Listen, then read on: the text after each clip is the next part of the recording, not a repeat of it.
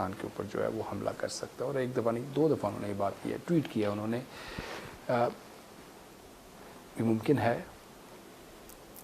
देखें, मुमकिन है या नहीं इसकी बात हम 2 मिनट के लिए साइड पे रखें। ये ट्वीट जो है ना, ये मुनासिब नहीं। एक मुल्क का प्राइम मिनिस्टर इस ट्वीट से क्या बताना चाह रहा है कि वो डरा हुआ है? क्या मैसेज देना चाह रहा है कि दुनिया की छठी ताकतवर फौज के ऊपर बैठा हुआ जो कमांडर इन चीफ है वो भारत के हमले से खौफजदा है? या वो लोगों को क्या बताना चाह रहा है कि भाई तुम्हारी मईशत पहले से ख़राब है, अब इंडिया से जंग होने लगी और इसको ख़राब कर लेते हैं? क्या कह रहा है आपका प्राइम मिनिस्टर? मुझे ये समझ नहीं आ रही। बदर खान का तो जो है वो खान ही बता सकता है। प्राइम मिनिस्टर्स को ट्वीट बड़े सोच के करने होते हैं। इस वक्त एक ट्रंप साहब हैं जो बगैर कैलकुलेशन के ट्वीट मारते हैं, और एक हमारे खान साहब हैं। आपने कभी चाइनीज़ प्राइम मिनिस्टर के ट्वीट सुने इस तरह के? नेवर। ब्रिटिश प्राइम मिनिस्टर के कोई इस तरह के ट्वीट्स के फलां मुल्क हम पे हमला करने लगा है? लेकिन हमारे प्राइम मिनिस्टर को ट्वीट्स का शौक ही बड़ा है। वो हर जगह पे अपोजिशन वाले रोल में रहना चाहते हैं जिसमें दूसरे पे तनकीद कर सकें। यानी कि भारत के साथ भी कंटेनर पे खड़े हैं। वो भारत के साथ कंटेनर पे खड़े हैं। भारत की तरफ से मैं बिल्कुल नहीं समझता कि पाकिस्तान पे किसी किस्म की जंग मुसल्लत हो सकती है। वो क्या वजह? भारत अफोर्ड नहीं कर सकता ना। हमारे साथ जो भी जंग होगी वो न्यूक्लियर वॉर में तब्दील हो जाएगी। कन्वेंशनल वॉर तो होनी नहीं है। जब कन्वेंशनल वॉर नहीं होनी तो जंग का आउटकम क्या होगा? तबाही, बर्बादी। भारत ने बांग्लादेश पे कब्जा कर लिया था, फिर छोड़ क्यों दिया? अनेक्स क्यों नहीं कर लिया अपने साथ? अगर उन्हें इतना बड़ा गम है कि जी हमारा मुल्क टूट के 2 हिस्से में हुआ है और हमने एक करना है, तो बांग्लादेश वाला पोर्शन तो मिल गया था, क्यों नहीं जोड़ लिया? आप देखिए ज़रा, 17 करोड़ मज़ीद मुसलमान इंडिया में होता।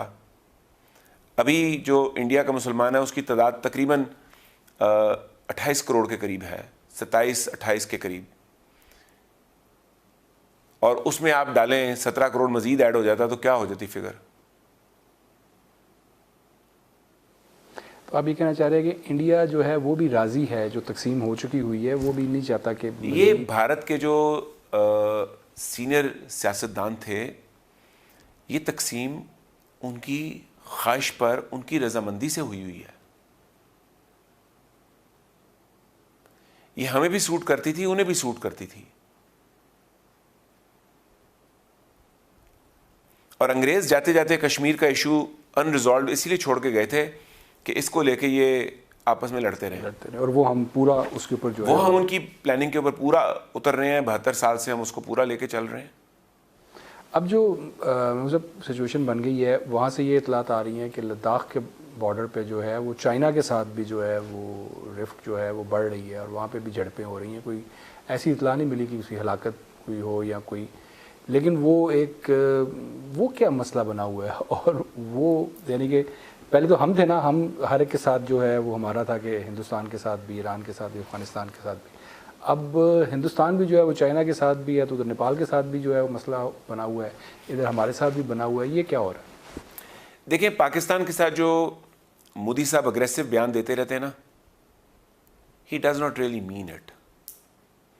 आपको याद है जब अभिनंदन का जहाज़ यहाँ गिरा था तो यहाँ ऐसा पैनिक क्रिएट हुआ था कि पूरी फुल फ्लेज वॉर होने जा रही है। यहाँ बड़े लंबे लंबे इजलास हो रहे थे। और तो मैंने प्रोग्राम में भी बैठ के कहा था और आपके साथ अकेले में भी कहा था, ये जंग नहीं हो सकती, आगाज़ ही नहीं हो सकता इसका। बिल्कुल कहा।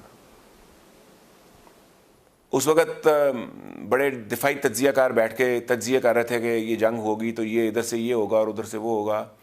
ये जंग नहीं हो सकती।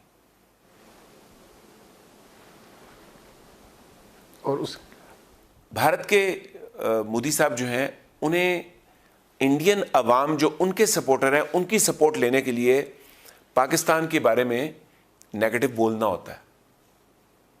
ये उनकी पॉलिटिकल मजबूरी है। हमारे यहां anti Pakistan, anti India vote नहीं मिलता। जब एंटी इंडिया वोट नहीं मिलता तो हमारे लीडर्स नॉर्मली इंडिया के ख़िलाफ़ बोलने से गुरेज ही करते हैं। कोई बड़ा एपिसोड हो जाए तो एक आध जुमला बोल देते हैं। अब देखें, इंडिया ने कश्मीर का स्टेटस चेंज किया, उस पर भी हमारे यहाँ कोई ज़्यादा शोर नहीं मचाया गया। अब सिचुएशन ये है कि पाकिस्तान के साथ जो भी जंग होगी वो न्यूक्लियर वॉर पे कन्वर्ट हो जाएगी, लेकिन चाइना के साथ जो जंग होगी वो न्यूक्लियर वॉर नहीं होगी। वो बड़ी देर तक कन्वेंशनल वॉर रह सकती है, क्योंकि चाइना